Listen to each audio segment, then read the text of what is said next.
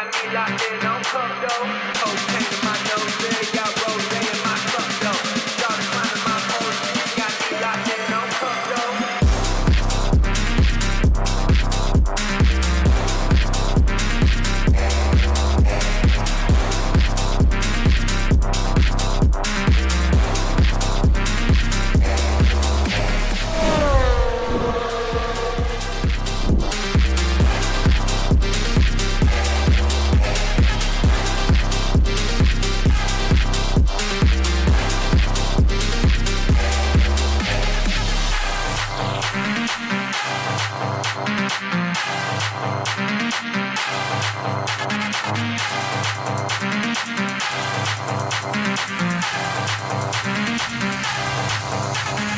Cocaine in my nose, there got rose in my cup though. Started climbing my pole, she got me locked in on cup though. Cocaine in my nose, there got rose in my cup though. Started climbing my pole, she got me locked in on cup though.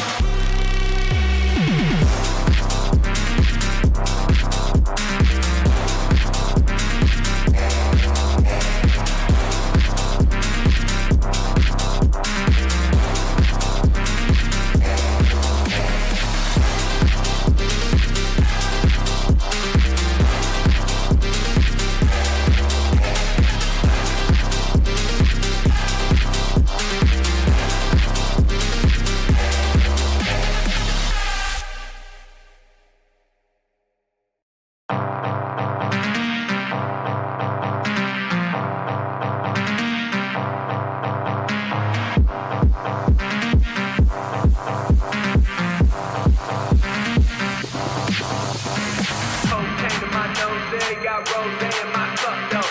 Started climbing my pole, she got me locked in on cup though. Cocaine in my nose, there got rose in my cup though. Started climbing my pole, she got me locked in on cup though.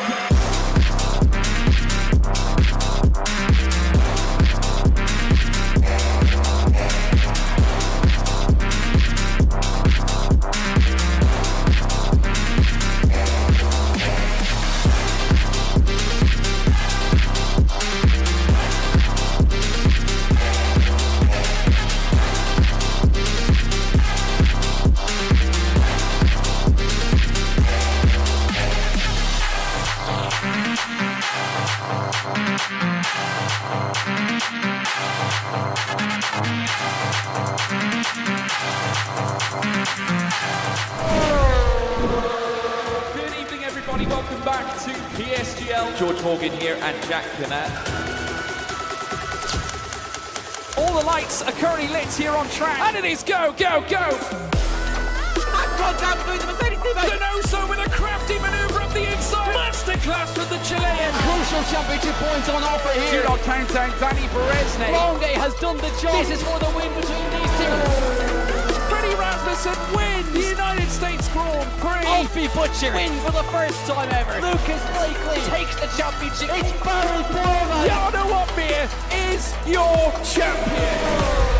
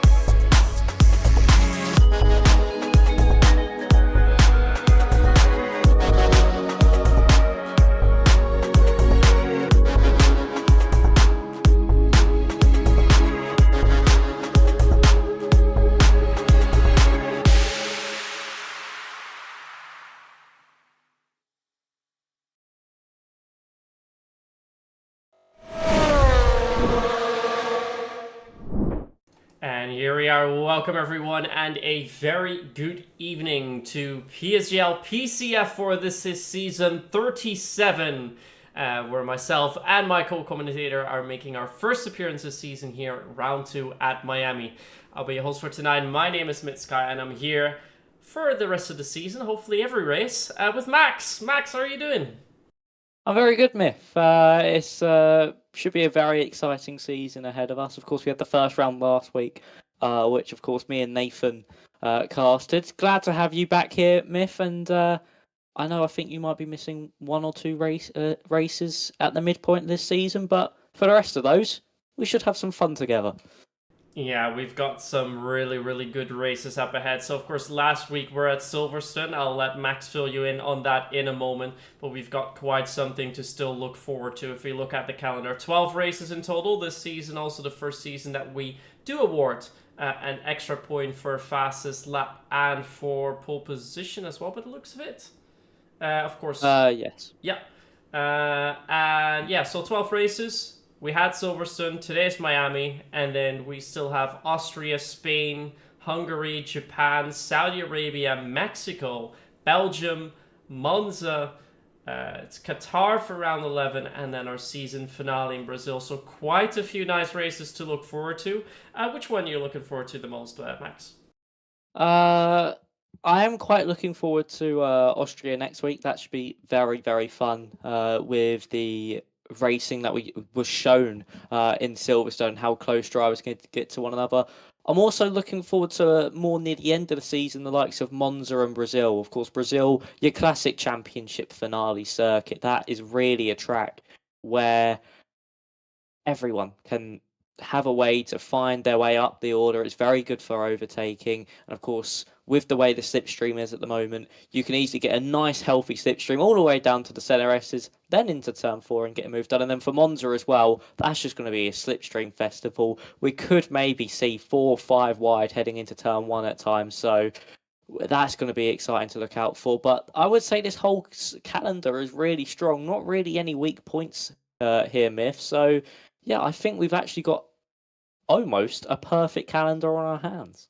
Yeah, I don't think there's, well, perhaps maybe the race for today, but I think apart from that, there's not one race that I would like to take out. I think given the state of the game at the moment with the slipstream being so powerful, I'm very excited to see round 7 at Jeddah. I think that could be a particularly good race, and Belgium is always one of the favorites to see, especially if there's a little bit of rain, could make that a little bit more interesting.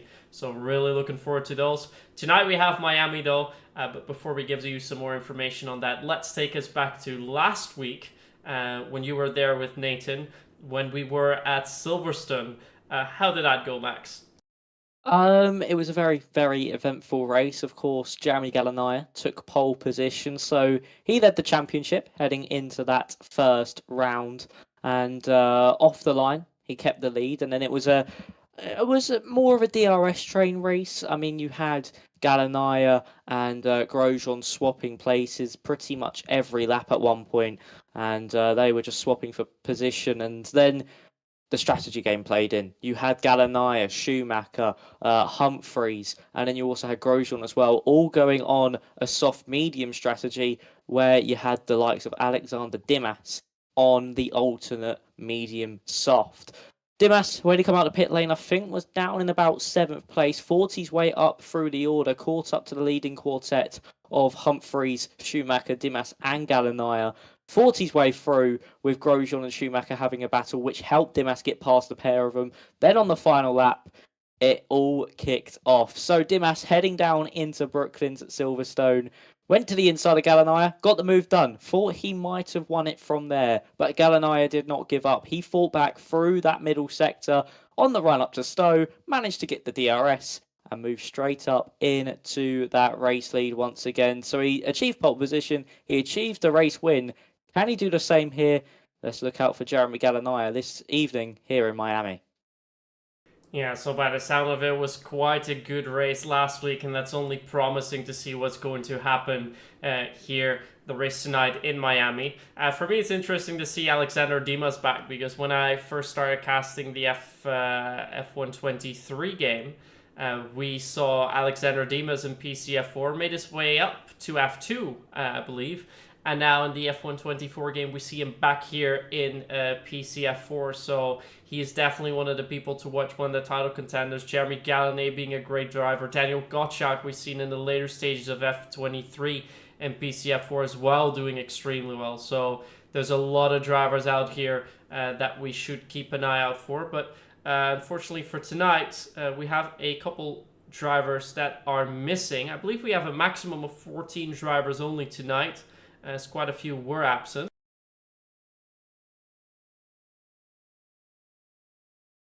Perhaps it might be better if I just hop into the game and see who's there as we're about to start. We have Kiko as a sub, Jeremy Gallonay, and as soon as I wanted to talk that through, we're loading into the game. But we should also have Lucas Beisner, Elias Psaros, Jay Kennedy, Ivan Santamaria, Justin Afts, Alexander Dimas, Exafox, JST, Isaac Leet, Muscle Pops, and DV19, another sub coming in. So those will be our drivers for tonight. Currently already loading in, so I think we can almost get this qualifying session on the road here at the Miami International Autodrome, where we have 18 turns, right? No, it's 19, I think. It's not. 'cause I Oh think yes, of course, left, right, yeah. Yeah, the kinks are also counted Yeah. as corners around here. I see it in my notes now as well. So 19 corners indeed, 14 drivers in-game overlay, so we can see it's a little bit dark outside. A couple clouds over there, but I don't know if there's going to be any threat of rain, but I think we'll hear about that later on. As Lewis Walker has already retired from the session. Oh, I'm not sure why. I'm maybe going to try to do a last to first or something along those lines. Justin Ayers is also retired. So is Jay Kennedy. I think we could be having a lobby restart here for, I think it could be set to sunset. That might very well be the case. It indeed looks like the sun is quite low, as we noted earlier on. Yeah, Lewis Walker putting into the general restart, wrong time of day, and he thought he set it to midday, but obviously the game has changed it to sunset. All right, well then we shall take us back to our camera view, and then we have some more time to talk about the track and everything that is going to be happening in the weeks to come. Yeah,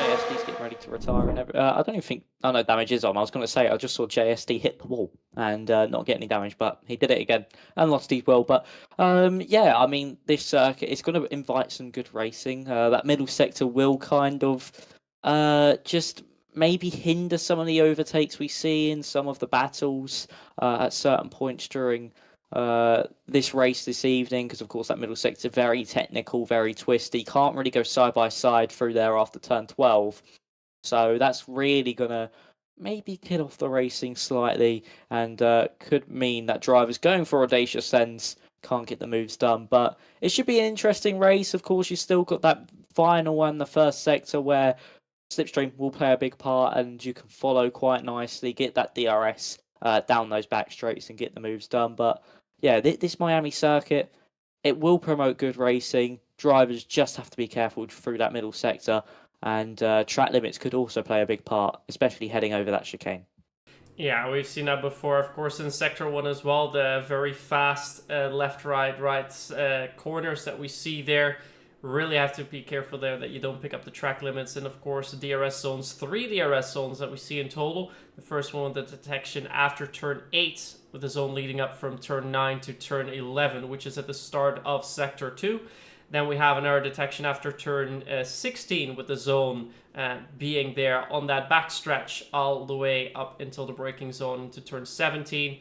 And then just after turn 17, the third detection with the zone on the start-finish straight. So 3 DRS zones, a lot of overtaking that can happen, especially the first 2 DRS zones. Those straights are very long, and with the slipstream being as powerful as it is now, I think most of the drivers will be looking, at least towards the end of the race, to be second leading up to the back stretch to turns 16, 17, so that they can make the overtake there and make a last lap win, as we saw last race, Max, with Jeremy and Alexander Dimas.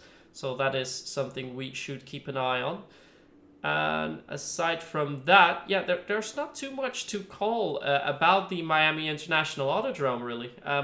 There's no corner names, so we just have to refer to the turns, so 1 through 19. And the only things we can really say, I mean, it is in Miami Gardens, so it's the home to the Miami Dolphins National Football League team. It's located near the Hard Rock Stadium in Miami. Aside from some artificial harbors, that's all she wrote for, really. Not much to talk about. Yeah, this circuit, of course, being new to the calendar in 2022, and of course, with it being a street circuit as well, that's in a car park, of course, for the Hard Rock Stadium. There isn't really much around it either to really comment about.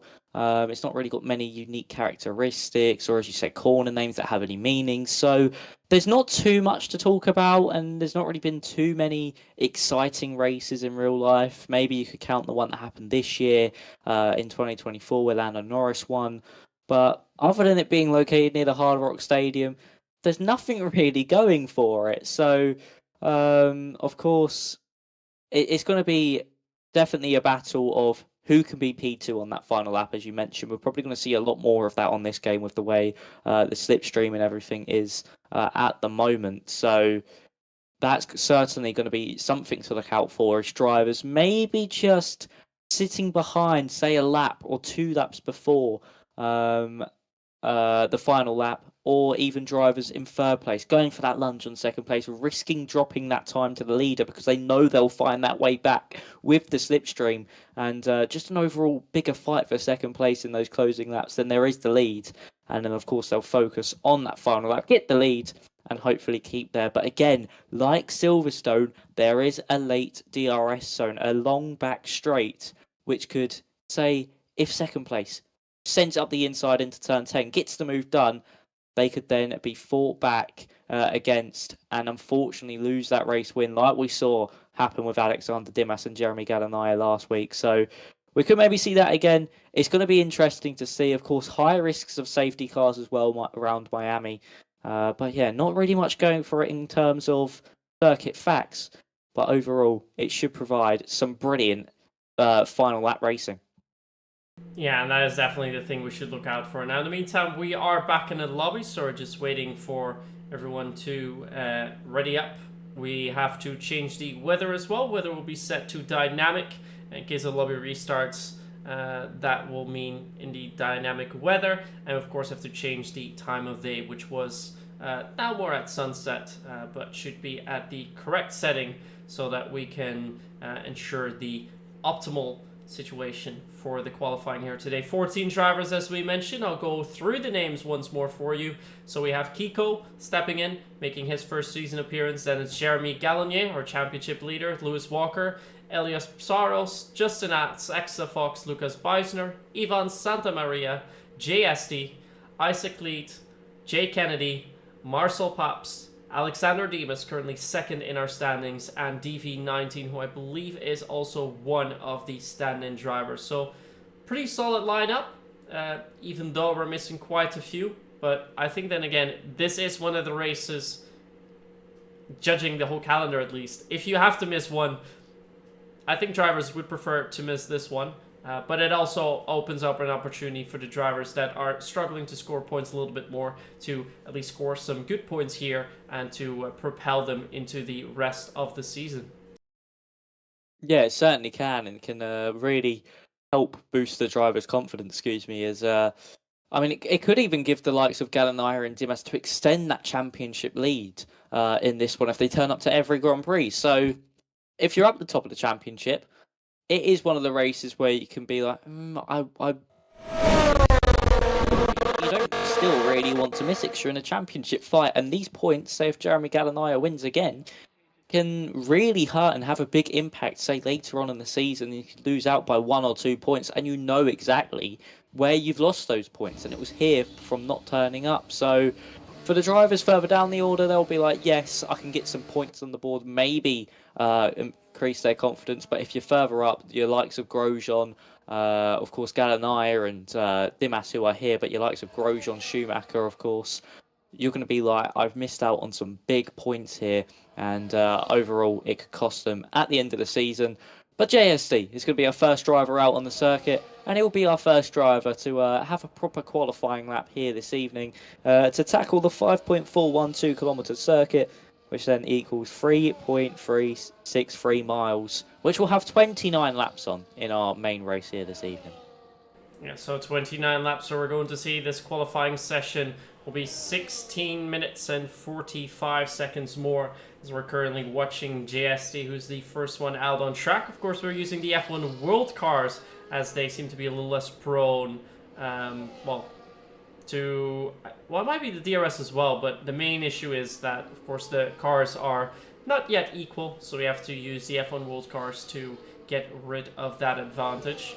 Does make it slightly harder for us, because I have no idea who's driving for which team. The only thing I do know, well, I know Jeremy Gallinier is driving for VCarp, and I know Alexander Dimas is a Ferrari man, but aside from that, not too sure, especially the stand-ins.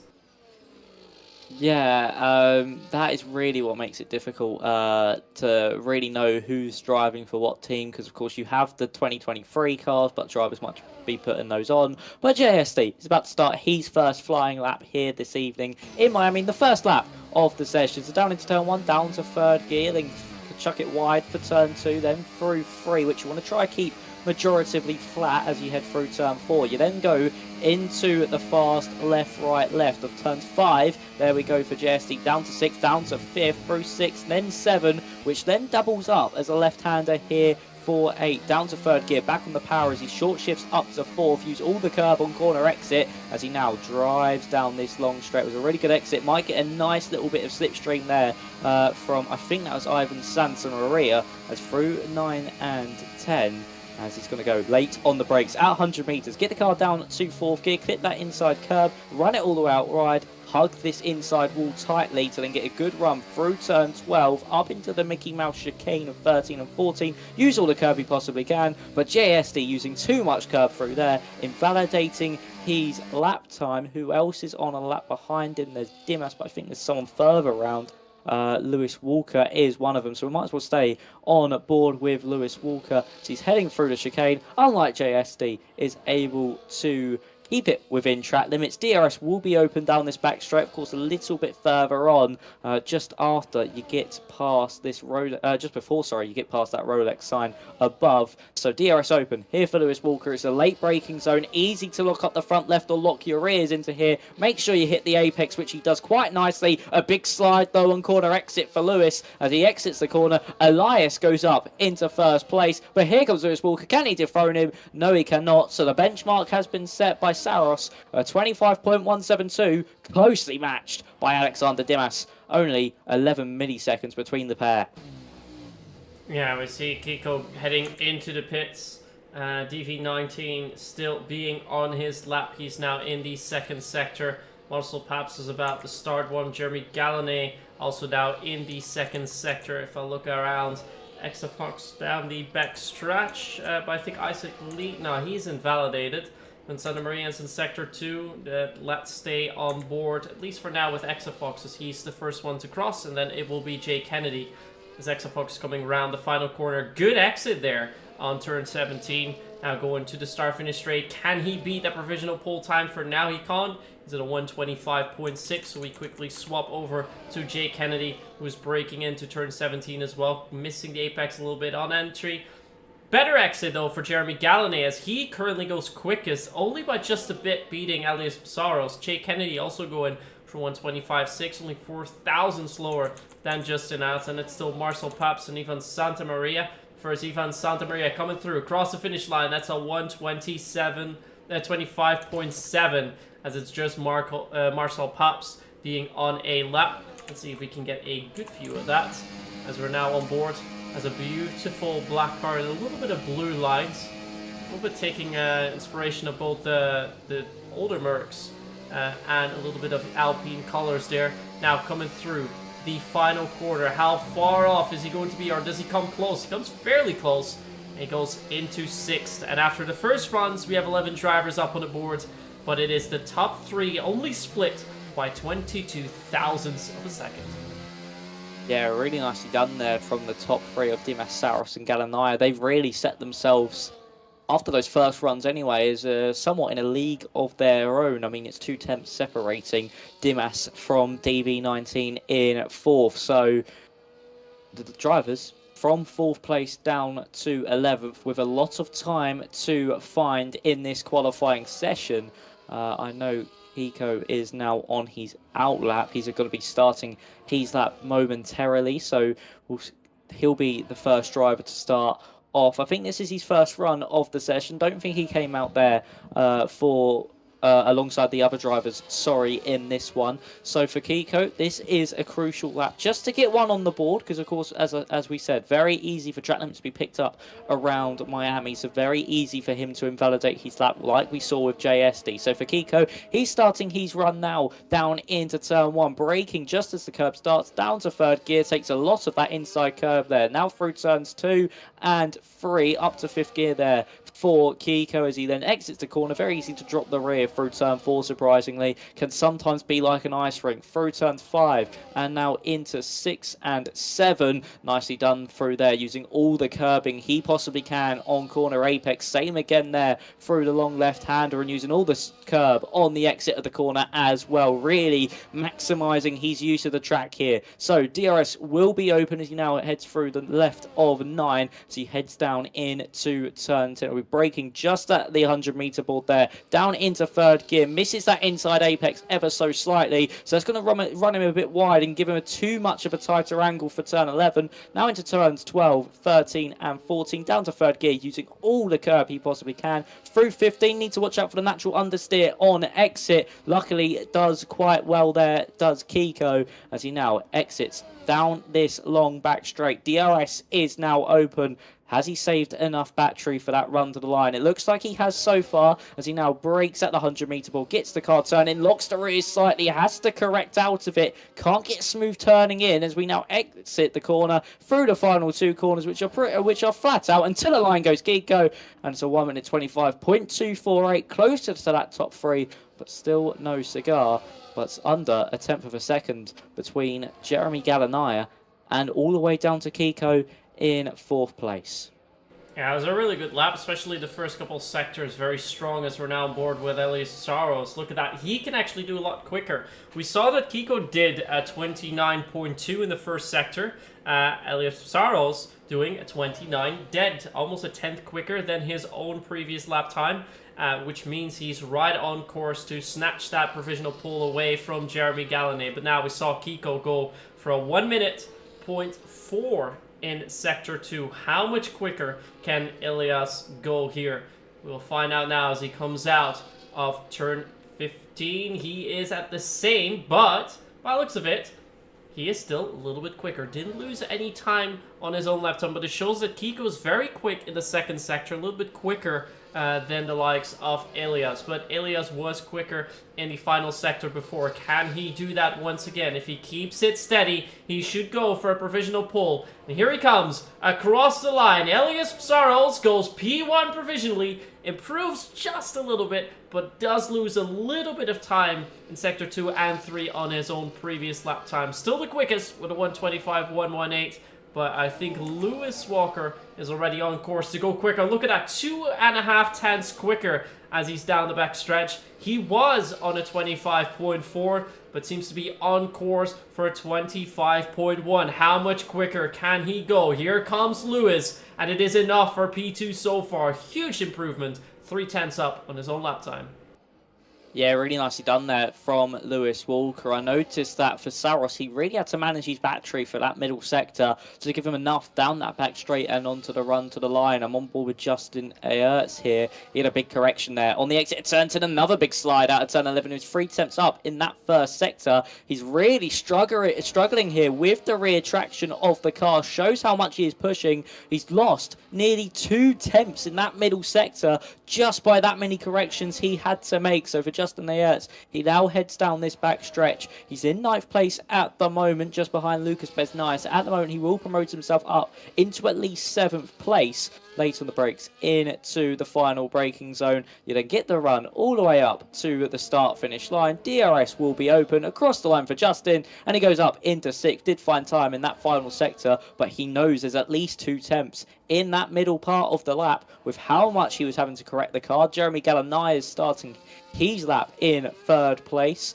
Of course, the V-Carb driver in an Alpine livery, but we'll now see him head into turn 8. Dimas has come across the line to go for a 24.844. So the first driver into the 24s. A brilliant lap time there from Alexander Dimas. We'll see what Jeremy Galanai can do to respond. Of course, was originally on provisional pole, then got beaten by Walker, Saros and Dimas. So now heading into the middle part of the lap. Down to 3rd gear. Try get a good run through 12. You want to be as committed as possible into this chicane, using all the curb he possibly can. Runs him a bit wide though on the exit of 14, through 15. Nicely done, but a big slide on the exit. He's up by 0.2 of a second, but that is going to cost him big time. Expect that gap to have gone down to about 1/10.5 to his previous lap time, because that exit was truly appalling for Jeremy Galanaya. So now into the final braking zone, down to 3rd gear, gets the car rotated in, locks at the front left up slightly there as well, so that's going to run him a bit wide from the apex.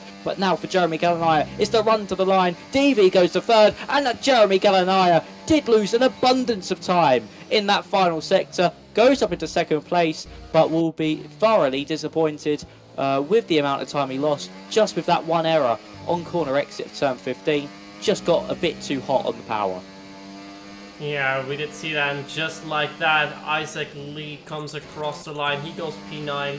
JST was still on a lap but has invalidated once more, so he will still have to go for some extra runs. A couple of things I still want to mention that I saw earlier on and also saw in the chat. First, one thing I mentioned, I have to say Alexander Dimas' car looks really, really nice with that red and white. A little bit of a spin-off on the Ferrari livery. Really liking the look of that car. In the chat, Chantal Mathieu mentions that Kiko is driving on a controller. And a man's put his car in P8 so far, not too far off a pole. Have to say, pretty impressive to do so well on controller. Yeah, it really is. I mean, a lot of people have been complaining about how this game is somewhat undrivable on a controller, because of course they said they brought back that precision drive. He's actually on a lap right now. He's up by 1/10 of a second in this middle sector. Look how close it's got.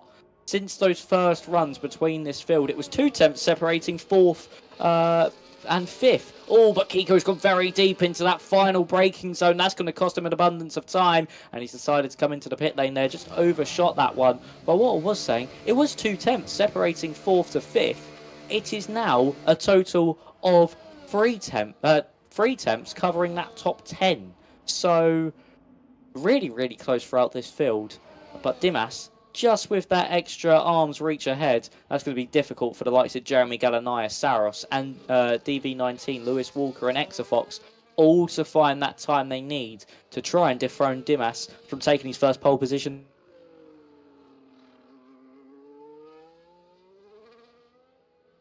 That is indeed going to be very tough for him, as we see our drivers with a little under 4 minutes to go being on their outlaps. At least so far it's only Elias Saros, so this is going to be his shot still. Ooh, he's really warming up those tires there. Thought it was going to hit the wall, but it's just some aggressive way of warming up the tires, which apparently does seem to work for him. Marcel Pops is now going to get into the pit lane, but the rest has yet to exit it. But here goes Elias Saros. We're going to go on board with him, and we'll see how much better he can do. There's quite a gap to Alexander Dimas. Alexander is clear by almost 2.5 tenths of the man in P2. That's Jeremy Galanay. And Emilio Saros locks up a little bit into turn 1. We saw that Dimas, the key to his lap was in sector 1. The only man that could dive into the 28s there, as most drivers were at a 29.1.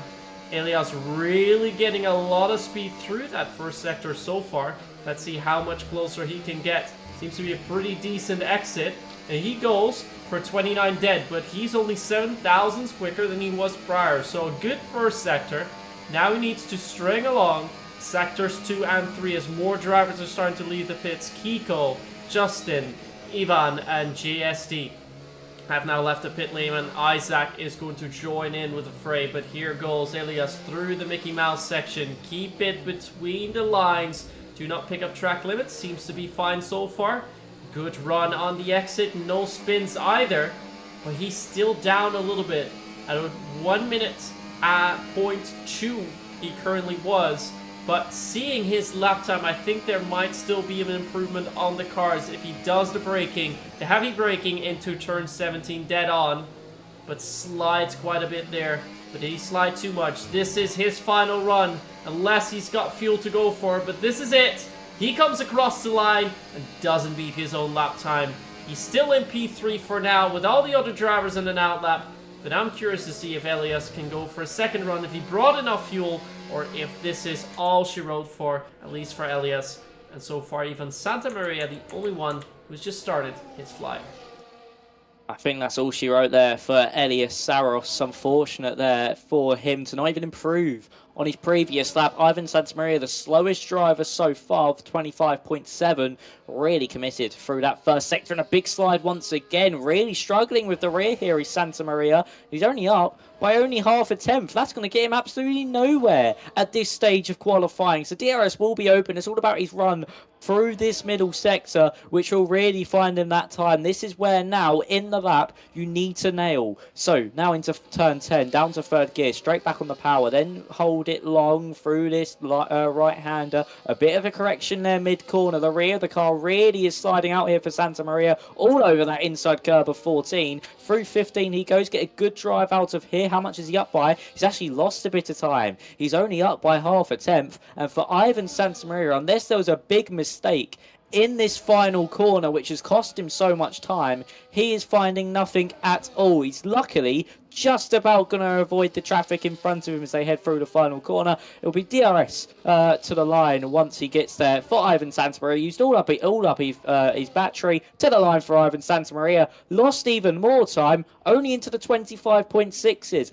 Absolutely horrid, disappointing session there for Ivan Santamaria. Not the session or the evening he would have wanted so far. Jeremy Galanaya started his lap. Dimas is on his though. He's down by 4 thousandths in that first sector. Let's see what he can do through this middle part of the lap. So for Dimas, as he now exits through the final corner, middle sector split, he's up by half a tenth. So for Jeremy Galanaya, whatever he's doing now, he needs to find more. JSD up into second place. A last lap effort puts him onto the front row for now. Leet up into 7th as well for 25.1. So for Dimas, can he extend that advantage at the top? A Hertz up into 3rd place there. Brilliant that from Justin. As Lewis Walker now goes up into 2nd. Dimas to the line. Where can he? He stays in 1st. Lost a bit of time in that final sector, but still increases that advantage. It's 2 tenths that Jeremy Galanaya is improving on. He did in the last lap lose a bit of time in that final sector, of course, because of his run out of turn 15. So this could be Jeremy Galanaya going for back-to-back pole positions here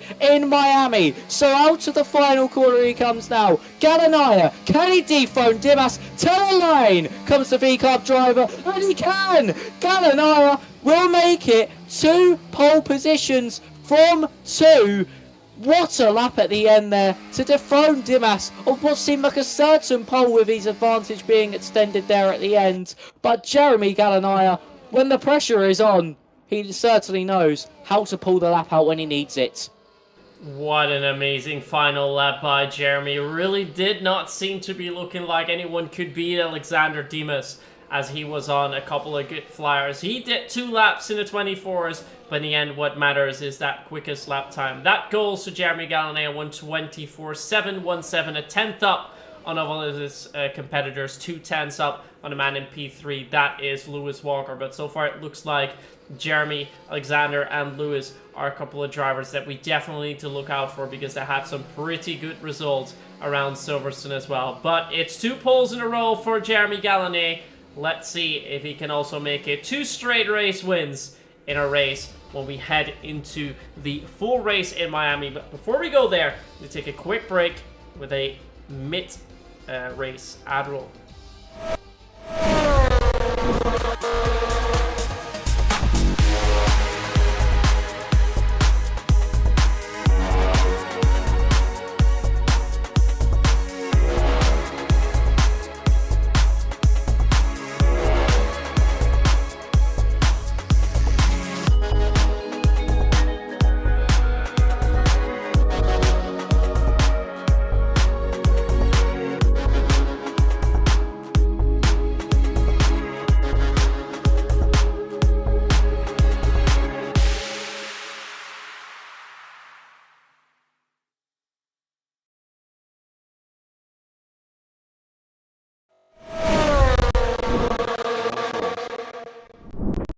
Right, so the track that we have tonight, the Miami International Autodrome, was mentioned before. 3.36 miles, 5.412 kilometers, the first race in 2022. 19 corners located near the Hard Rock Stadium with a lap record in the race of 129.708 and the 3 DRS zones that were aforementioned. But the thing that we should be looking out for, you can see on your screen right now, it is pouring down in Miami. We're going to have a wet race. 29 laps of some crazy action, and well, this is something that we could all hope for.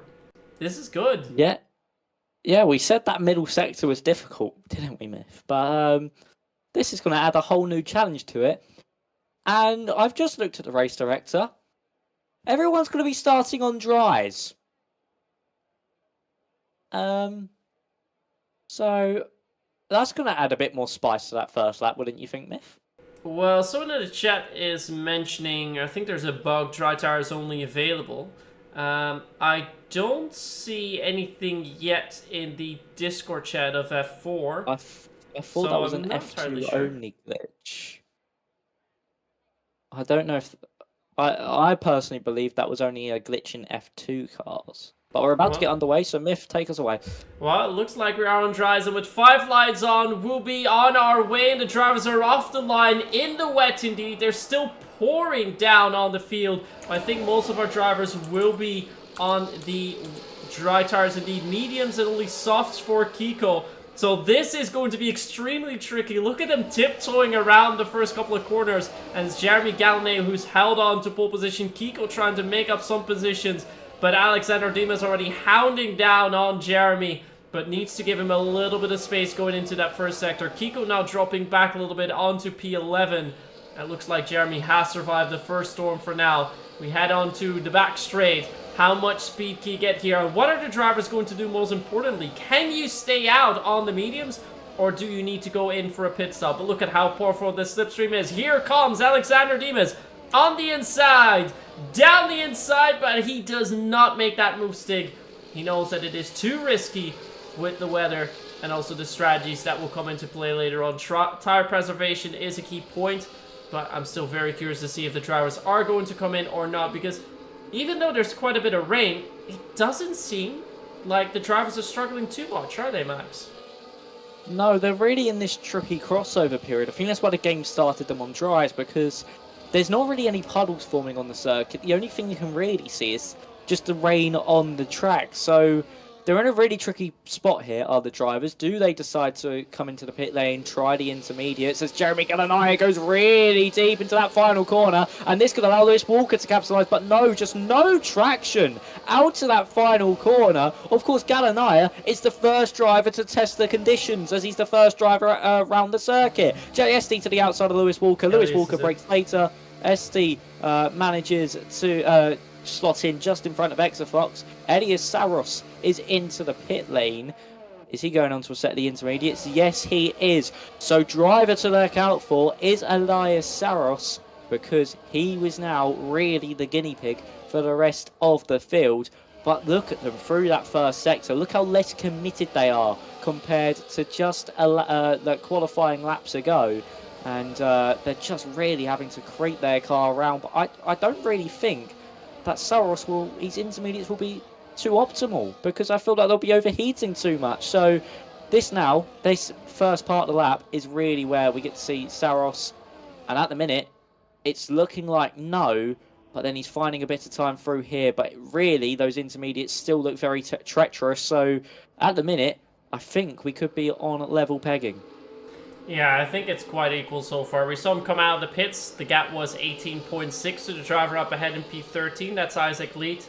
The gap now 18.4, 18.5 even. So it doesn't look like it's quite there yet to go in. Although now it's dropping down quite a bit to 17.9, but this is going to be enough, especially the second sector. That's where he can make up time. He's made up over a second now, and I think the drivers will have to come in now. This should be the crossover point. Our race leader is in, but the rest stays out. Jeremy Galanet takes the gamble. He's seen the gap decrease, and he takes that gamble to go into pit lane. DV19, Kiko and Marcel Paps are going to follow, but the rest staying out. And Lewis Walker has taken over race lead from Alexander Dimas, heading into turn 1. What a slide coming out of 3. But he still keeps it ahead of Alexander Dimas. We've got an amazing race in our hands, don't we? Oh, we certainly do, and now this is just all down to driver feeling. And look at Saros's undercut on everybody. He's 5.1 behind Jeremy Galanaya there, but we'll now see how well Jeremy Galanaya does compared to Isaac Lee in front, and it may be on Lewis Walker. Gap at the minute between Lewis and Jeremy, 17.1 seconds. So we'll see how that is further on through the lap. Alexander Dimas cannot get close enough to make a move on Walker. That's the only issue really for being on these mediums. You can't really go for the lunges you would if the track was completely bone dry. So for Dimas now, heading through this chicane, can see the back of Lewis Walker's car staring right in front of him, but nothing can be done just yet for him as we exit out of turn 15. Battery being used from Alexander Dimas. He's going to get closer and closer, and the gap between Galanaya and Walker now as he's about to exit that final part of the middle sector, 16.3, so he's gained about a second. So I think him, if the intermediates certainly are the better tyre, the only thing keeping the drivers on the mediums somewhat in front is just that slipstream that they have down those long straights. Yeah, we see Justin Ash coming in now as well, but by the looks of it, in the first lap that we saw where Elias Charos came in, he gained about a second and a half on the front runners.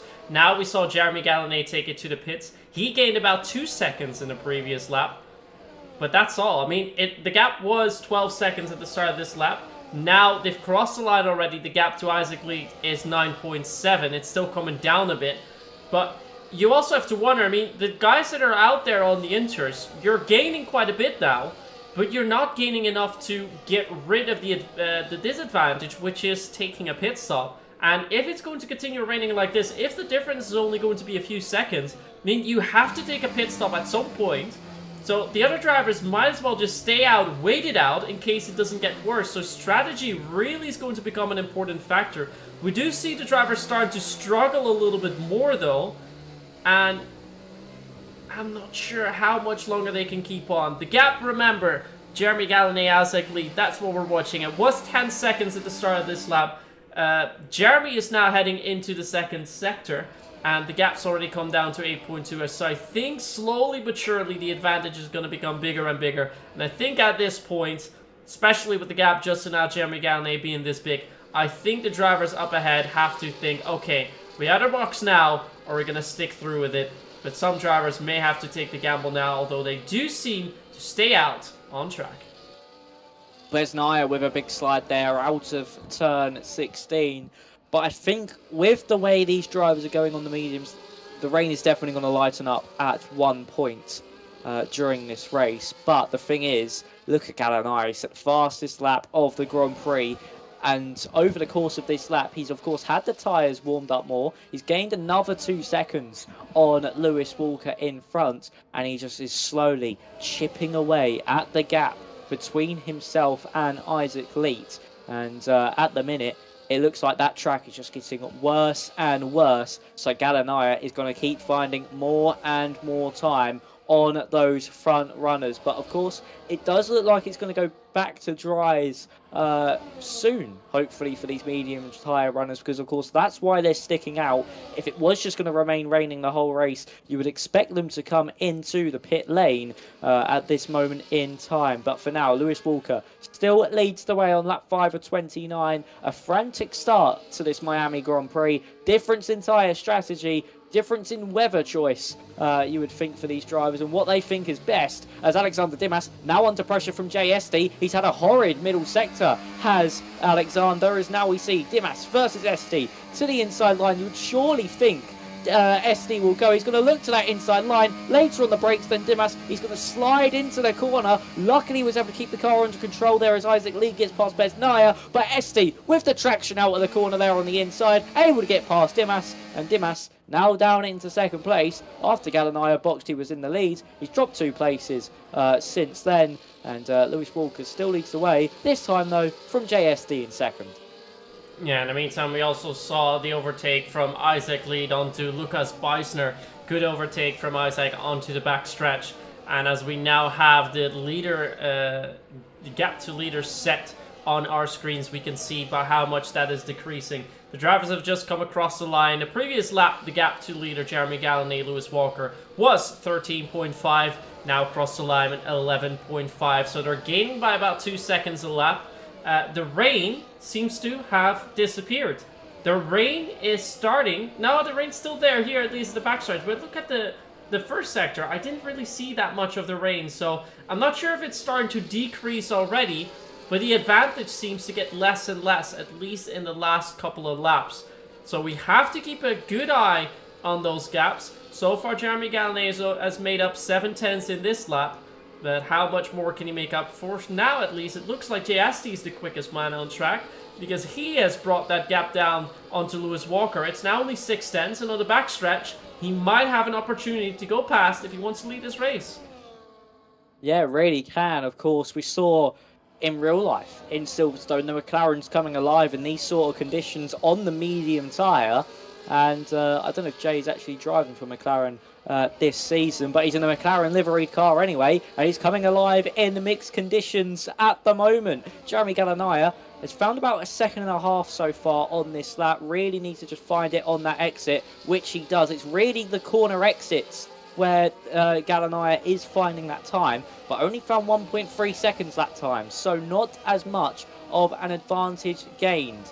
So for Lewis Walker up in front, he's going to have his mirrors full of the McLaren livery of JST as they slide their way through that first sector. It's that middle sector really where Jeremy finds his time, and now he's coming up on his first bit of traffic on those medium tyres. Lucas Besnaya and Isaac Leet in front of him. So can Gallinay dispose of these two quickly, or will he be held up in a bit of traffic? The rain hasn't seemed to slow down as much as it was the lap before. It seemed as if it's picked up again slightly actually here. JST still too far back to going on for a move on Lewis Walker. Gallinay, though, getting closer and closer. It's now 9.3 between him and Lewis Walker. DV gets past Elias Saros there, so maybe Saros' tyres starting to overheat slightly and lose some time and some performance to the drivers that boxed 1 or 2 laps after him on that opening laps of the race.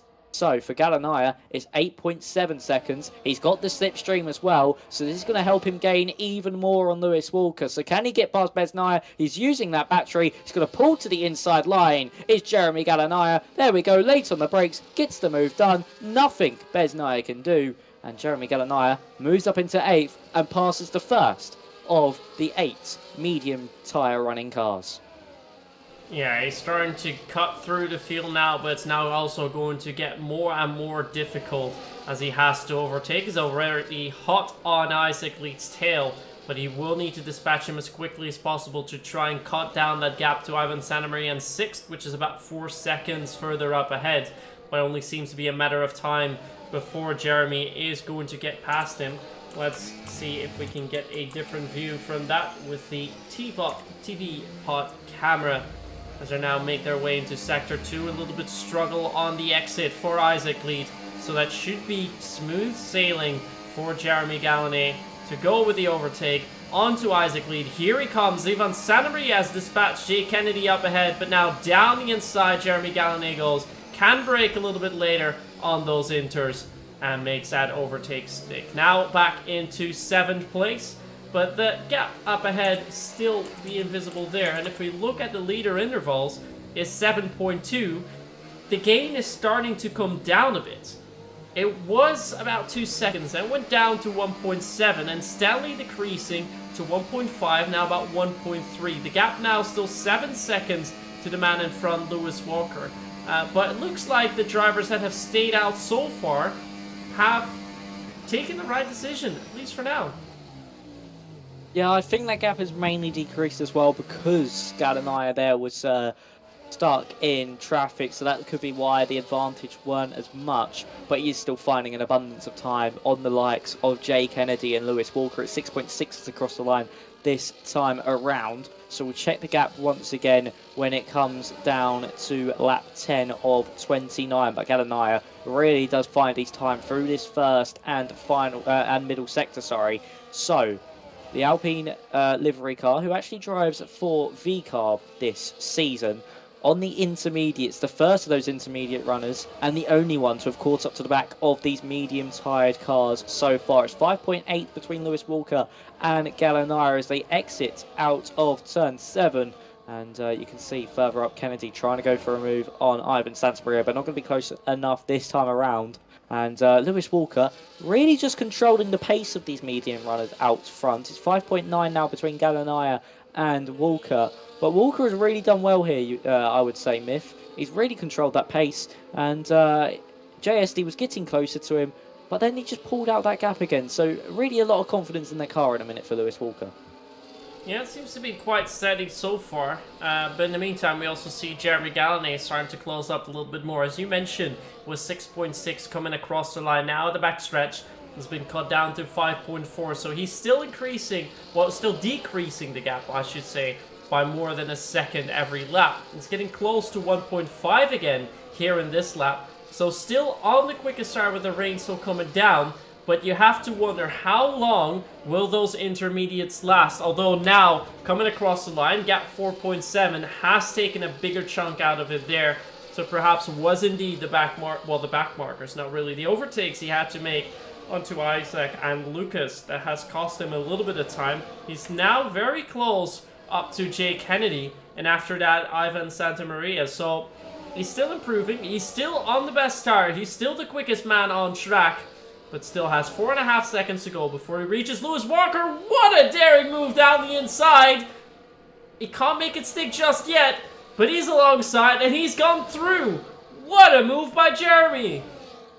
That was an audacious lunge, and so much commitment and respect was needed there from Jay Kennedy. And he just had to hope that Kennedy wasn't able to get to slide into him. But here he comes on Ivan Santamaria as well, to the inside through turn 10, and he's got the pair of them within the span of 2 corners. And brilliantly done there from Jeremy Galanaya to navigate his way through the traffic. It's 3.4 now between Lewis Walker and Galanaya, and all Galanaya needs to get past now is 3 more cars, and then he's on the tail for the race lead. But there was a really super late lunge from Galanaya on Kennedy to get that move done. He knew he needed to do it, and he got it done as quickly as he possibly could. That superior traction advantage carried him through as Ayertz is able to get past Leet there for 8th place. So the intermediate's still the tyre you want to be on at the moment. And by the looks of things, that isn't letting up just yet. So for Galanaya, he's next got Exafox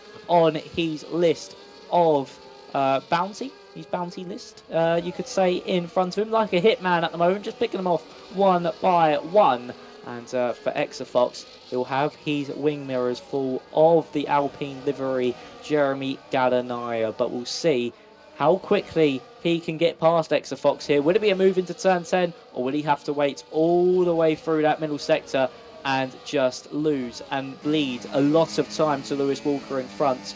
But at the minute, it is Jeremy Galanaya in 5th, and JSD now going for a move on Lewis Walker. So what's happened to Lewis Walker over the course of this past lap? We could maybe even see Dimas go for a move around the outside of Walker. To the outside goes Dimas. Can he pull this one off? If he can, it'll be a superb move around the outside. The inside for turn 11. Brilliantly done there from Alexander Dimas to move himself up into past Lewis Walker and into 2nd place. And JSD now is your new race leader. Walker, who looks so comfortable out in front, now down into 3rd place and trying to apply the pressure once again to Dimas. But here comes Galanaya on Exafox while this is happening here, Myth. So much actioning happening right now, but it looks like the rain is starting to intensify a little bit, at least from the point where I'm sitting. Oh, SD deep. And Dimas has gone past JSD, who's indeed gone a little bit too deep. But we saw that Lewis was starting to struggle a little bit more on the tires. We saw that his car was not on rails at all in the first sector. JSD lined himself up in lap 11 there as we're now onto lap 12. Alexander Dimas leading, but Jeremy Galanay now quickest on track. Rain increasing, and he will want to get rid of Lewis Walker. Already trying to line his car up here, but he can't really go for the overtake just yet, although he might do a repeat of what he did a few laps ago. Can he dive it down the inside? He's looking for it, but he's deciding against it. Wants to get a better exit, and look at that, just gets so much of a better exit, so much better than Lewis did there. And now down the first big straight. He's going to try and line it up with Lewis, but look at that, they all have DRS. They all have DRS, so they're only going to get closer to the leader. And, oh, they bring in contact. Contact between Jeremy and Lewis. He will need to leave a little bit of space there. He has still got him on the inside, but he now has the better line, and Jeremy has completed that move. Not fully clean, but I don't think there was any damage dealt to either car.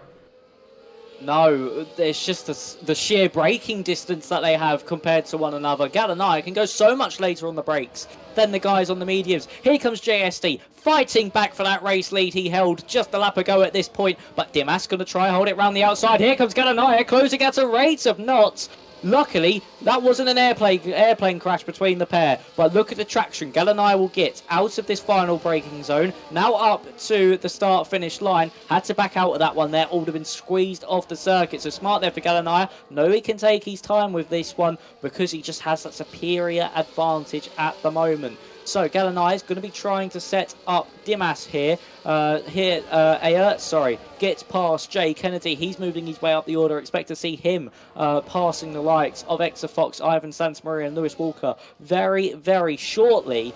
But Dimas with Galanaya all over the back of him. Of course, these two were involved in that final lap scrap for the lead last week in Silverstone.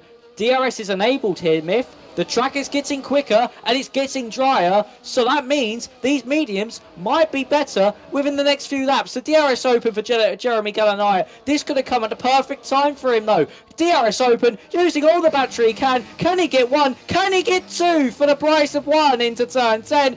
To the inside goes Jeremy Galanaya. SD tries holding it around the outside, not able to do so. And there goes Galanaya to the race lead. But now he needs to try put out of that advantage before the mediums become better. But has he done this perfectly? Because this means now they'll all have to stop again. And if it goes to dries, those intermediates will be at the end of their life and at the perfect time for Jeremy Galanaya to capitalise on, because they all will have the same pit window as one another. But here comes SD. Is he going to go for a move? No, he is not. But Galanaya in the driving seat at the moment on those intermediates. Well, the good thing here, though, is that tire strategy-wise, for the drivers that are still on mediums, the tire rules are still valid. For Jeremy Galanaya, because he switched to the inters, those tire rules are no longer valid. So he has the option to go to all the different compounds when he makes his pit stops, whereas the rest of the pack will be either forced to commit to the hards or the softs, where I don't think the softs are going to be the best idea, so most of them likely go into the hards, or perhaps even the inters if the rain is going to continue. Jeremy has the option to go to the mediums, which I think is going to be the preferred tire, seeing how long the mediums have lasted so far. So he can extend this stint a little bit, drive another couple laps on those inters, and with the weather getting better and better, he can just switch to the mediums and have the superior tire advantage towards the end. Because we see Lucas Beisner and Elias Psaros who've come in, they have gone to the hards, but I believe Elias also came in for the inters. So I know that the rules for the real life F1 are, as soon as you go to the inters, the tire rule set just completely is thrown out the window. Is this the same in the game though? Do you know this, Max? Yes, it is. It is the same in the game because, of course, you've used your other compound tyre. It doesn't have to be slick.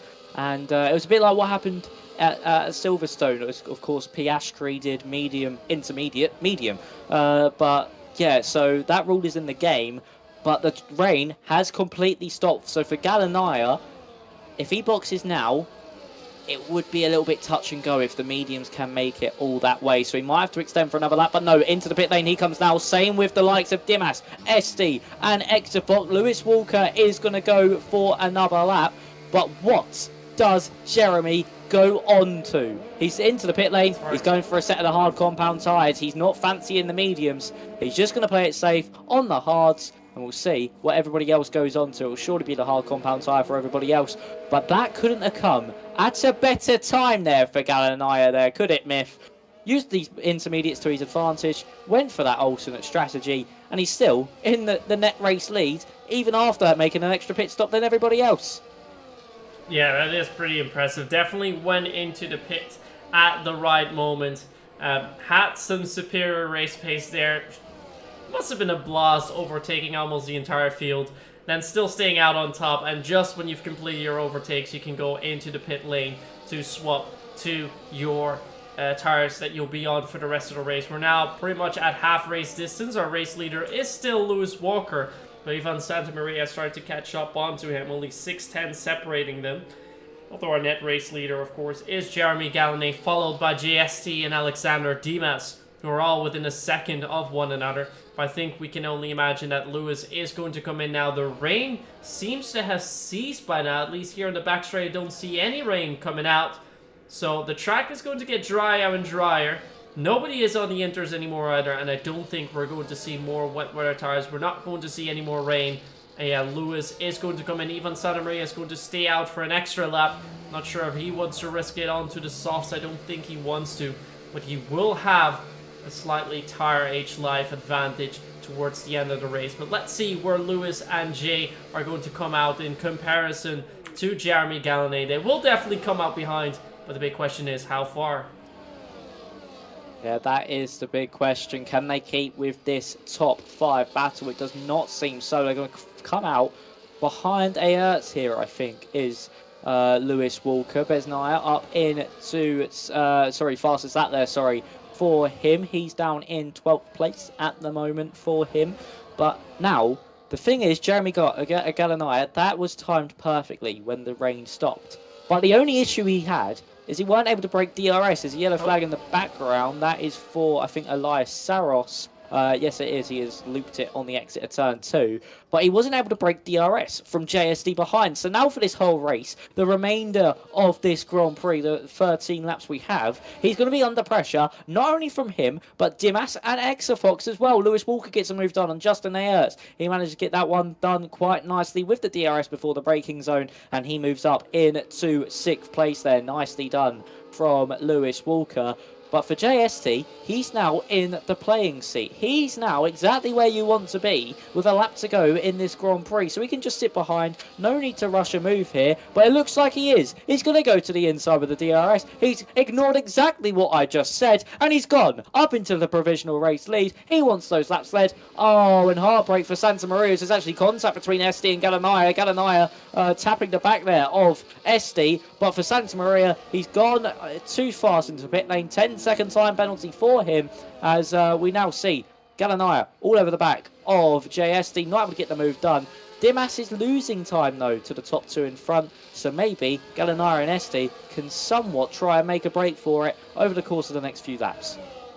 Yeah, I think what the top 4 is realizing is that they're going to be under threat by Lewis Walker later on.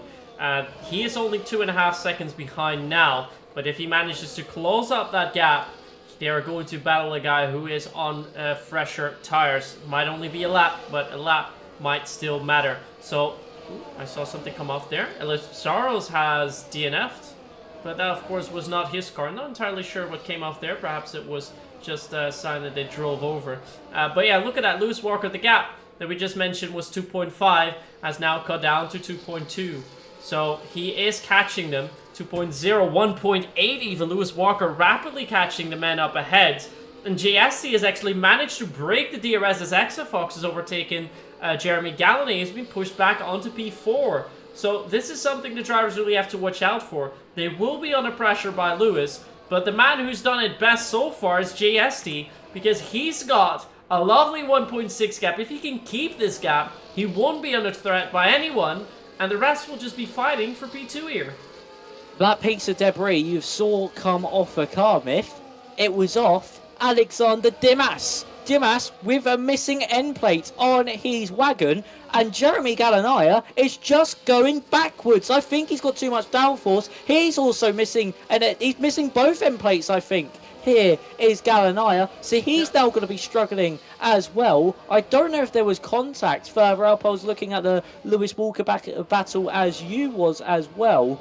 So, unless there was contact between Alexander Dimas and Jeremy Gallinaya and all of that, because that now really puts JSD and Exafox in the driving seat for this 1-2 here. Of course, JSD 1.4 seconds ahead. If he's able to keep that, then he's going for a nice and easy race win as Lewis Walker's now able to get past Gallinaya. It doesn't look like it's going to be able to be 2 from 2 for Jeremy. As there goes Justin Ayerts as well to the inside. Nicely done from him to get past Jeremy and not hemorrhage too much time to Lewis Walker in front of him, as these two can now make a bid for a podium position, of course, because of Dimas's front wing damage as well. So we could have a fight for third place on our hand, maybe for the race lead, but if we do have one for the race lead, Exafox really needs to pick up that pace because he is struggling. And here comes Alexander Dimas with the ERS and the DRS to breeze past Exafox there. And Dimas moves himself up into second place, but we could now see Walker and Ayerts invite themselves into this battle. Yeah, and I think at this point, Alexander and Exafox also have to realize they are going to need Lewis in order to cut down that gap to JST, because they might be gaining just a little bit, but it looks like JST, especially in the first sector, is just a little tad quicker and able to open up that gap more and keep it outside of that 1 second DRS range.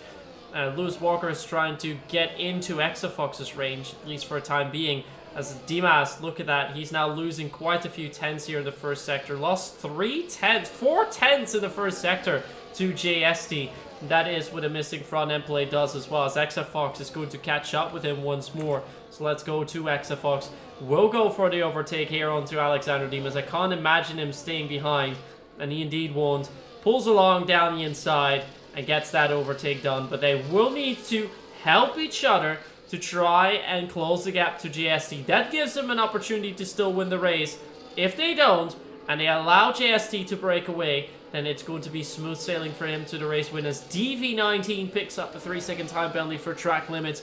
So he and Kiko as well will be out of contention for that race win, and so is Lucas Beisner, who picked up that penalty a lap before. I think that's exactly what Exafox and SD are doing. They're trying to help each other. As here comes Lewis Walker on the back of Exafox as well now. He's someone who looks like he can mount a challenge to SD in front. And look at that exit from Lewis Walker. What a move this could be from him. He got the switchback and the drive out of the corner, but Exafox to the inside line will have to line through turn 1, but not through turn 2. He's going to hug that inside as Lewis Walker manages to luckily avoid making too much contact with Exafox there. Weren't able to pull off the move, but the drive he had out to that final corner was absolutely immense. Dimas 1.4 seconds behind on JSD here, now 1.5. He's going to go up to about 1.6 by the time we leave the first sector. So now we'll see Exafox possibly go for this move once more here on on Alexander Dimas, just to get closer to SD. DRS open. He's not finding any time at all. I think he's running too much downforce here, is Exafox, because he's not finding anything. But it's 1.1 now between SD and Dimas. Dimas, even with this front wing damage, is starting to find some time, and he's really starting to push along and hustle his car and try to redeem himself from Silverstone last week. So down this back straight we go once again. Surely Lewis Walker is going to go for a move on Exafox once more, because he knows he has the pace to do so. He knows he's quicker than the driver in third place, but no, he's not going to go for it. But Dimas now here, Myth, within DRS range of JSD as we exit out of the final braking zone. Big slide by Exafox as well, and that's going to open up the door for Lewis Walker down the inside, perhaps with both drivers still on DRS, so there won't be a move just yet in there for Lewis Walker. Although in the meantime, we did miss some interesting things happening out on track. Kiko has been in a little bit of contact with Isaac Lead, which has dropped him down. He's been pushed off by Isaac, as someone in the chat is mentioning to us. So Matthew, thank you very much for keeping us updated. And perhaps even more interesting for a championship fight, our championship leader has picked up a 3-second time penalty for track limit. So he is going to drop quite a bit. He's going to drop out of contention. I think he might even be finishing P9 as it stands now. And that would mean that the drivers up ahead, especially Alexander Dimas, could take over the championship lead after the race here tonight. So there's a lot to fight for with the drivers up ahead. And by the looks of it, we have a 5-man fight for that race win now. JST still trying to break the DRS to Alexander Dimas. I think he just failed to do so. So that means that everyone's back into the fight. JST, Alexander Dimas, Exafox, Lewis Walker, and Justin Aerts. JST has used a lot of battery to try and keep this gap ahead, so I don't think he is as comfortable as it may look with that gap. He's losing time lap by lap. It's now 9 tenths, so Dimas has gained about a tenth over the past lap before they exit the final corner this time around. So he is finding time lap by lap, and now he's within DRS range. That is certainly going to pay dividends to him in this battle as well. So now for JST, he is about to come under a lot of pressure, not only from Alexander Dimas, but Exafox, Lewis Walker, and Justin Aerts behind. So for Dimas, he needs to stay within DRS range just to the exit of this corner. It's looking likely for now. He's going to use some battery on the exit just to make sure he's still within it. And yes, he is. So here we are then. Dimas versus ST, round 1. On lap 22 of 29. So Dimas getting closer and closer. Won't be close enough for a move, obviously. Down into turn 10, of course, because the gap was too big, before the DRS was enabled. But the first attack could certainly come down this next DRS straight into that final braking zone. And could we see Dimas retake that race lead with a broken front end plate as well? He's really found a whole another level of form since he's broken that front wing. So DRS open here for Dimas. He's adapted to the car nicely, but look at Exafox and Lewis Walker behind. They're going side by side. Nearly into the wall was Lewis Walker there for third place. Exafox to the inside, able to hold on to the position for now. Looking for a move on Dimas. Walker around the outside, doesn't get bogged down from Alexander in front. DRS open for the three of them as they enter down this first main straight. To the inside goes Lewis Walker. A dive late on the brakes. They're 3 wide into turn 2. Who's going to back out of it? It's going to be Lewis Walker. Here comes Aerts around the outside, not able to pull anything off. But Exafox moves up into second place around the outside of Alexander Dimas. An absolutely frantic exit out of that final corner. I thought it was going to be 3-1. Does not go. But Exafox comes out on top. And now he is the next driver to mount a challenge on JST in front. I think it's almost a miracle that we didn't see a big crash out there. So well done to the guys for keeping it all on track and keeping it clean. But look at that. Now Lewis Walker has gotten past Alexander Dimas. Dimas braking really late and actually still tried to stay ahead, but leaves just a little bit of enough room. And it will be Lewis Walker who is now through and up into third place. JST hasn't been able to pull away from Exafox in all that melee. But in the meantime, we do see Jeremy Gallonay has dropped down quite significantly down the order. He's now in P10, 3.5 seconds down onto Kiko. So his front wing damage really cutting him back. For Alexander Dimas, not as much, although he's starting to struggle fighting against Justin Aerts too. Look at that, Justin trying to go around the outside. Can't get the overtake done just yet.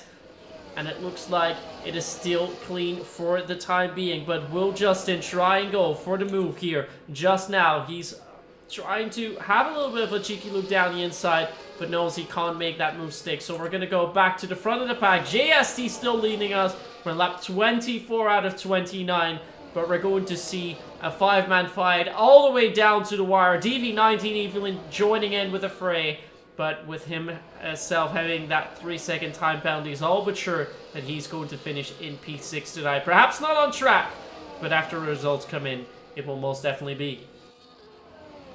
Yeah, unfortunate there for DV because he's now just got within this battle for the race lead. But someone could still pick one up, so he could still at least finish 5th place here this evening. If that does happen, as here comes Aerts to the inside of Dimas, and that's going to be to the inside of Lewis Walker as well. No, they just managed to stop the cars before they went torpedoing in to Lewis Walker, but Aerts round the outside, now to the inside through the chicane. You don't see this often, 2x2 through the chicane, and Aerts just able to stay in front but won't have the DRS. Because of that battling, they dropped out of DRS range from Lewis Walker. DRS now open for for Alexander Dimas, sorry, and also for DV19, who's also going to go for Alexander Dimas as well. Late on the brakes into that final braking zone, and he gets the pair of them as he exits out of turn 16, and DV19 with a really nice move there, but a big slide as he exits the corner, but still able to hang on just for now. But Dimas is going to maybe look for another move down into turn 1. Unfortunately not able to pull that one off. But this racing is absolutely immense between the drivers. Lewis Walker and Exafox now trying to hound JSD and try to force a mistake from him. But DV19 needs to get back within DRS range of that top 3, or it could be all doom and... oh, what's happened to DV19? I think he's out. He's seemingly crashed out. He's not got any damage, but I think he might have dropped it on a curb. So that is absolute heartbreak for DV19. That is just terrible for him as Lucas Beisner picks up another time penalty. Lewis Walker, in the meantime, has gotten past Exafox, so he now finds himself in P2. But yeah, with that fighting going on between Alexander, Justin, and DV19, a gap has emerged for the top 3. So they now have a comfortable 1.7 lead to Alexander Dimas in P4. So that will be hard for him to catch on to him. So the race win will go between JSD, Lewis Walker, and Exafox, of which Lewis Walker seemingly has the better pace and definitely the better tire life, as Justin Aerts now gets past Alexander Dimas once more. But yeah, that gap has increased. I don't know if they will be able to pull it down. They need to bring it down. But it's 1.5 now as we come across the line. And the gap's up ahead, still being ever so close. Lewis knows he just needs to bide his time, line himself up for it, and then go for it in the final lap. And Exafox will be waiting to pounce and try and steal that win away from him. And on the other hand, we still have JSD with his formidable first sectors, who might be saving a little bit of energy to gain a little bit of extra time in the first sector and then pull away from the rest of the pack. We're in for a banging final few laps, so make sure you don't go anywhere and stay with us. Yeah, we certainly are, as here we go. Is Exafox going to go for a move here on Lewis Walker? Is he just going to sit behind for now? It looks like it's going to be the latter of the two options for him. And he's now going to just slowly tiptoe his way behind Lewis Walker through this middle sector. But look at that, because of all this congestion that's happening between the likes of JSD, Lewis Walker, and Exafox, they're not able to break away from the cars behind, and Justin Aerts has brought himself back into race-winning contention. We'll have 3 laps to go once we cross the start-finish line. 3 laps for Justin Aerts to try and find his way up into at least for second place as we enter this back straight on the final lap. So this time round, JSD still not being overtaken by Lewis Walker. Jay Kennedy versus Isaac Leet. Kennedy versus Leet here for 6th place. Nothing going there. There's not going to be a move from Kennedy on Leet for 6th place at the moment, unless there's a move into turn 1, but it doesn't look very likely. So SD, Walker, Exafox, Aerts, and Dimas all going to be fighting this one out for the race victory. 5 cars with 3 laps to go. This is certainly getting spicy, and you don't want to miss that final lap of the Grand Prix, because it could be any one of that 5, with how hard they've been racing, who could come out on top. Yeah, it's going to be extremely tough, but it looks like Justin has found some extra pace as Jeremy Gallané sets the fastest lap time. He's going to make sure nobody's going to steal that away from him. As we now should also keep a good eye on what Jay Kennedy is going to do, because I think he will want to pass Isaac Lee here down the back straight, but he's also going to wait. He's going to wait until the latter end, as Lucas Beisner has just gone past Marcel Pabst for P10. But with Lucas having that double penalty, he's not going to stay there within the points, and Marcel will get promoted back into the points. And if he can keep the gap close enough, we'll also get that 9th place from DV19 after penalties are applied. But we're going to go back to the front of the fight, where Lewis Walker is trying to cover off the inside a little bit, making sure nobody goes for a move. Here comes Alexander Dimas breaking down late, and he's been ghosted out. So I think there was a little bit of contact between him and Justin Aerts, going for a late send down the inside, and it's not paying off for him so far. 2 laps still to go. He's still within range But looks like, at least for now, Lewis Walker is the man to watch because he is lining himself up for a great run in the final lap. Oh, he is certainly lining himself up, but look at Exafox as well. Still just as menacing in those wing mirrors of Lewis Walker, so he could still come out on top here. If Dimas and Aerts were smart here, they would just leave each other, stick within this train, get close enough. You don't know what will happen on this final lap. Don't fight each other and drop all that time. There could be contact, there could be an opening for you two to sliver up into the lead, or even go for a move now on Exafox. Here comes Aerts to the inside of Exafox, and he puts himself up into third place, but Exa trying to go round the outside. He's going to keep it the inside for turn 11. It'll be side by side again, but Aerts backs out of this one though. He's going to look for the inside. That could really cost these two if they keep fighting like that, but luckily this time Aerts thinks of the bigger picture and knows they can't drop too much time to that top two. So then, heading into the final braking zone for the penultimate time here around the Miami International Circuit. And we'll see if Dimas can get close enough to move up into fourth place. No, he cannot. So the final lap is about to get underway here. Will it be SD? Will it be Walker, Exafox, Aerts, or Dimas? 5 cars, 1 lap to decide it all, and we'll see as we now enter turn 1. They've got Ivan Santamaria, who's just come out of the pit lane in front. Luckily for Lewis Walker, will not give JSD any DRS at the moment. So then, as we exit out of turn 4 and get into the tight and twisty S section of this first sector, Walker needs to do everything he can just to keep with JSD here. He doesn't even have to go for the move into turn 10. If anything, waits all the way to that final back straight.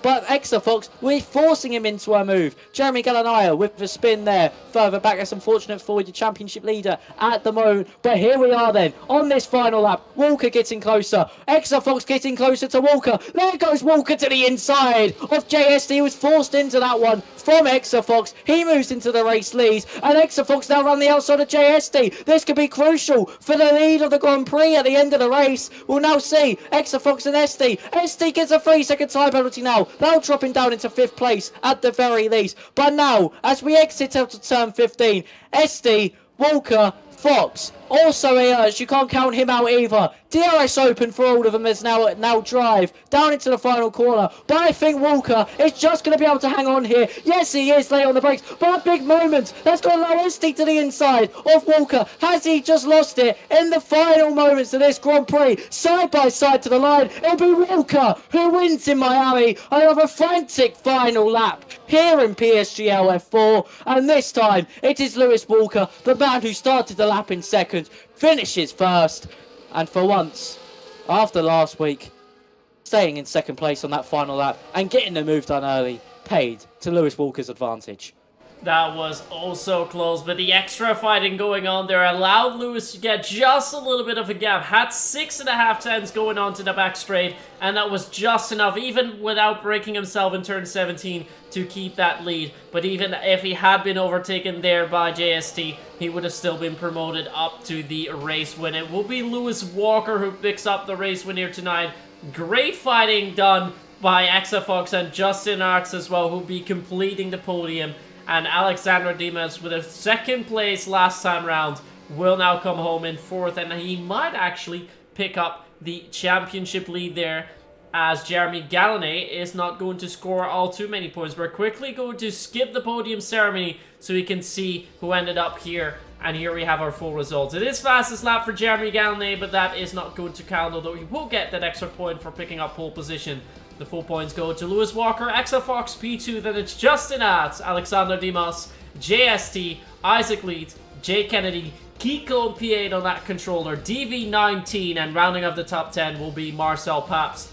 Then outside the points for tonight, we find Lucas Beisner, Jeremy Gallané, Ivan Santamaria, and Elias Psaros, who's DNF'd from this race. The only DNF that we saw here tonight. Quite a few penalties for track limits, but what a fight. A 5-man fight all the way down to the line. That's just how you want to see it, isn't it? Oh wow, that was a frantic final lap. And Lewis Walker, I think he demonstrated such good pace throughout that whole Grand Prix. Not only at the end there to catch back up to JST with Exafox, but when it was that mixed conditions. He just seemed to come alive at the start of them there, dropped off slightly, but was really fast that whole Grand Prix. So a well-deserved victory there. I feel sorry a bit here for Alexander Dimas, of course, picking up that front wing damage. He could have been in the fight for that race win near the end. And of course, for Jeremy Gallinari, it is utter heartbreak after getting back-to-back pole positions. Wasn't even able to convert this one into points. But for Dimas, he'll be loving it because he picks up the championship lead here this evening. And I wonder if we're going to get any interviews here, Myth.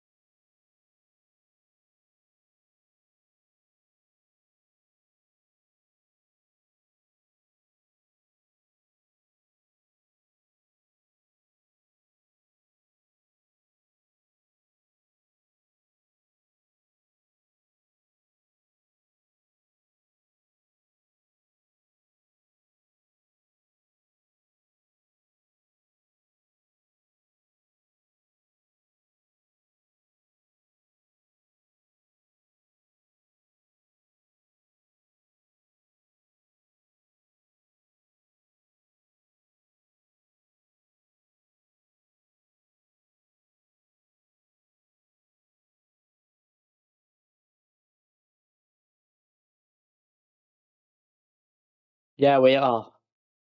That will be a very exciting race down in Spielberg, of course. That circuit is pretty much all straights, 10 corners, sorry. Oh, that's going to be a very, very fun one. So join us back next week for that. But I think Justin's getting a little bit impatient. I think he's been waiting a little bit too long to get an interview. So shall we drag him in, Myth, and get our third place man into the interviews? He has unmuted. He is here. And in third place coming through for tonight, it's Justin Att. Welcome. Hello, hello. Well, that was quite the race. At the start, you went for an earlier pit stop too. But it didn't seem like you were really up into contention for a potential race win until all the way at the end. Take us through the race. How did it go? Honestly, this was like a perfect Codemasters race with the dry and wet start. Don't really understand what was that all about. But the Inters definitely were the quicker tire. It definitely felt a lot better, and we were able to catch up rather quickly. And then I didn't know what my pace was like in the dry because this was my first F124 league race. So, that was interesting. And I managed to stick in the train, nice battles in the Mickey Mouse section, somehow surviving. And then at the end, I saw JST getting the penalty after fighting, so solid P3. Solid P3 indeed, and yeah, we've seen you having some pretty good fights, going 2 wide, going even 3 wide in certain corners where it looked like you were not going to be coming out there without any heartbreak, but it seemed to be all going cleanly. Was there any damage to the car, or was all the fighting good? I think there was no damage to the car as a result of the end, but I think lap 1 I did get a minor front wing damage because I had someone steam up my inside. I don't know who it was, but yeah, I had a little bit of front wing damage the entire race. All right, and do you think that affected you whatsoever throughout the race? The car definitely still felt alright, but it's just in the high speed corners, like that the long left-hander sector 1 I felt the most, but otherwise no, it was pretty good. All right, well, you've now picked up, in your first league race here, a podium straight away. What were your expectations going into the race tonight? Top 5, honestly, I would have been happy. Maybe even top 7, I don't know. F4 is a pretty stacked grid. But yeah, I'm sure with Jeremy not getting front wing damage next week, it'll be a lot harder. So looking forward to a nice 6-7 way battle. Sounds good. Any questions from you, Max? Yeah, I'll have 2 here, Justin. How were those opening conditions? Of course, on that medium tire in the wet conditions. Did you think that the Inters were well, of course they were the way to go, but was it tricky to come to that decision? Oh yeah, well the drives were terrible. It was like driving on ice every single corner. The traction was horrible. And then I saw those who put the Inters were slowly gaining. So then I decided to do the switch a bit later. I think it was around lap 5 or something. Ideally, would have liked to do that a bit earlier, but in hindsight, I think I did the right thing at the right time. Yeah, you certainly did, of course. Congratulations on third place. And then finally, we head to Austria next week. You going to be turning up, and what do you expect around Austria? Because, of course, it's going to be more slipstream and even more frantic battling. Yeah, especially with this game with Slipstream and DRS, yeah. Well, last year in F123, Austria was one of my stronger tracks, so hoping that carries on this game.